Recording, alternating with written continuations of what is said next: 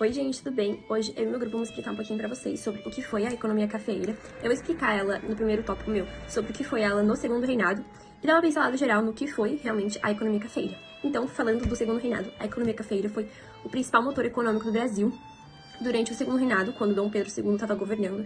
E nesse período, pensa que o café foi a coisa mais importante sobre a economia do Brasil. Ele superou o açúcar e o algodão e transformou o Brasil no maior exportador de café do mundo todo. Então, assim, foi uma coisa muito importante pra época e pra economia. E a economia cafeeira, basicamente, foi, quando o Brasil inteiro girava em torno do café. Pensa assim, Brasil, café. Tudo girava em torno do café, exportação, lucros, investimentos, produção, absolutamente tudo, porque estava sendo um motor econômico muito bom pro Brasil. E o café movimentou a economia, impulsionando a modernização e moldou muito a sociedade da época.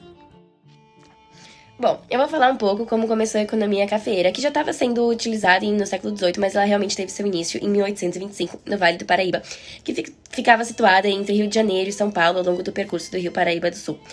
Ele usava o padrão plantation, que tinha o leme como principal objetivo, L de latifúndio, E de exportação para os outros países, M de monocultura, que era focado em um só produto, e E de escravidão, que era uma das principais mãos de obra.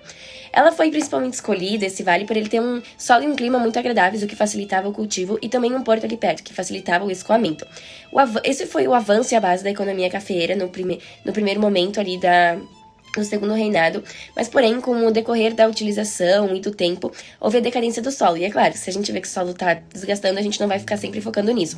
E também houve a ultrapassão do Oeste Paulista, que a Dani vai falar um pouco melhor sobre, que não era uma concorrência, mas a gente pode dizer que sim, para ficar mais fácil de entender, o que também aconteceu a decadência desse vale, e ele meio que parou de ser utilizado.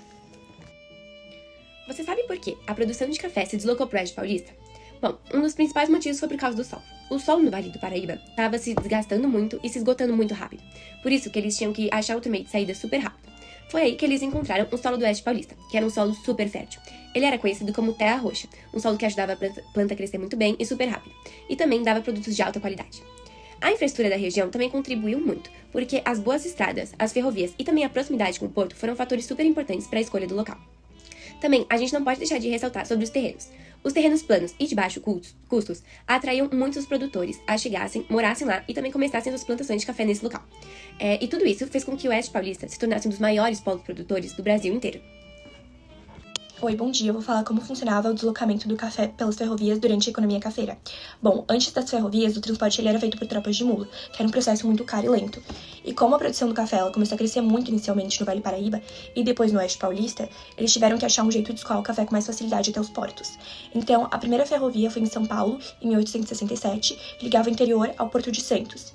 As ferrovias elas foram financiadas pelos barões do café e também por capital estrangeira. E teve muitos impactos das ferrovias na economia cafeira, porque o transporte do café ele ficou muito mais rápido e barato, houve aumento de exportação e no lucro, contribuiu para o desenvolvimento de São Paulo e também ajudou na integração do Brasil à economia mundial. Você sabe quem foram os barões de café? Bom, eles foram uma nova classe social que surgiu no Brasil no século XIX, e eles eram grandes fazendeiros que enriqueceram com a exportação do café, e eles usavam a mão de obra escrava até 1888. Com muito dinheiro e influência, eles ganharam diversos títulos de nobreza e participaram ativamente da política imperial e da proclamação da República. Eles foram peças-chaves tanto na política, tanto na economia do Brasil no século XIX. Ou seja, eles não eram só fazendeiros ricos, eles tinham muito poder na política. E bom, como eu havia falado antes, até 1868 eles usavam a mão de obra escrava, mas aí, nesse ano, ela foi abolida. Então eles passaram a empregar imigrantes em condições precárias. E bom, durante o Império, eles eram aliados do imperador. E na República dominaram a política com a chamada política do café com leite. Bom, resumindo, os barões do café foram uma elite poderosa que moldaram tanto a economia, tanto a política do Brasil por décadas.